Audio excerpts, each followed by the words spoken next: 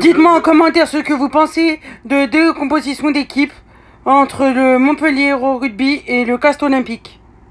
Match pour le Montpellier de Philippe Saint-André ce dimanche au GGL Stadium.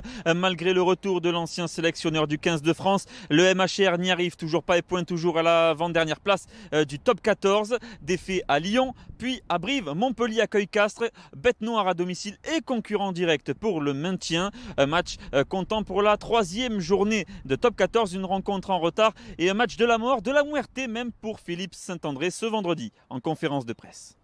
C'est un match important, c'est des matchs de muerte, et puis nous, de toute façon, j'ai envie de dire, tous les matchs de top 14 qui vont rester, ça va être des matchs de phase finale, mais c'est vrai que c'est un match qui est important pour enchaîner un bloc de 6 matchs avec 4 matchs à domicile, plus après un déplacement à Castres et un déplacement à Agen.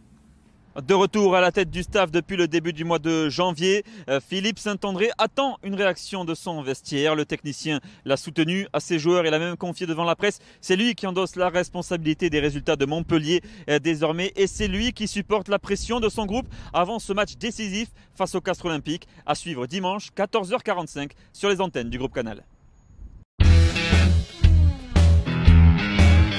C'est la qualité d'une équipe qui à 14 a su s'organiser 2 fois avec un 3/4 en moins à Lyon et contre Agen à domicile parce qu'on a des joueurs notamment Julien Dumora et Geoffrey Palis qui ont été en compensation sur les 2 rencontres avec un manque d'ailier puisqu'on a joué à chaque fois avec 2 centres sur le terrain. Je pense que ces 2 matchs aussi, Lyon et Agen, où on fait d'ailleurs 100% sur la conquête. Donc même s'il te manque un joueur, quand tu as des bases très solides, c'est quand même toujours plus facile. Voilà. Oui, c'est la 3e fois qu'on se prépare à jouer à Montpellier. Et c'est une équipe qui n'est pas du tout en réussite cette saison, mais c'est quand même une équipe qui est allée gagner à Montferrand cette année, qui devait gagner à Toulon s'il y a un arbitrage cohérent en fin de rencontre. Donc voilà, c'est une équipe quand même très très costaud qu'on va affronter dimanche. Oui, on a 3 déplacements, ils vont être très très très compliqués, tout simplement à gérer.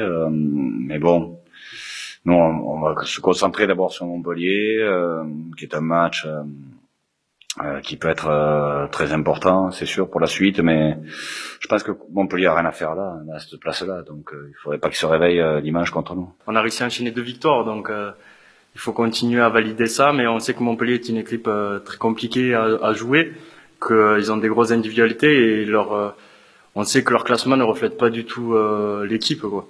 C'est une équipe très dure à jouer et on se prépare, donc on passe d'abord à Montpellier, essayer de faire un gros match.